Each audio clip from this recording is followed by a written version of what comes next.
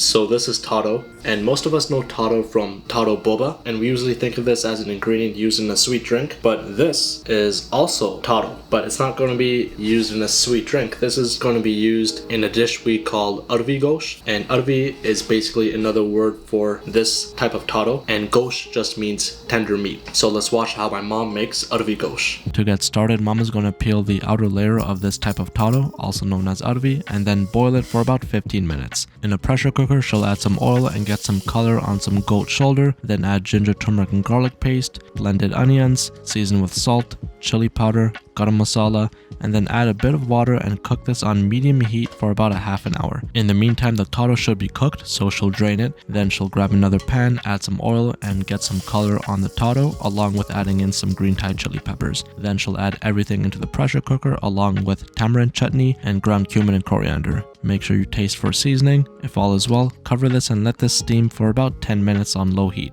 At the end, the meat and taro should be fork tender. And that's it. Now you can plate and garnish it with a bit of cilantro. Enjoy.